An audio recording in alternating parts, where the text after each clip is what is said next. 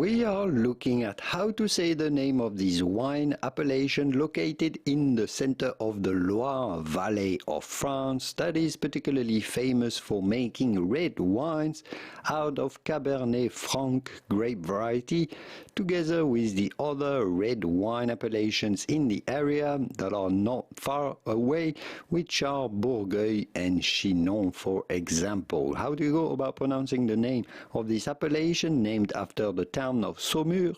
Saumur Champigny. Saumur Champigny Cabernet Franc wines. Saumur Champigny. It'd be fine in English to say Saumur Champigny. Saumur Champigny, but in French, Saumur Champigny.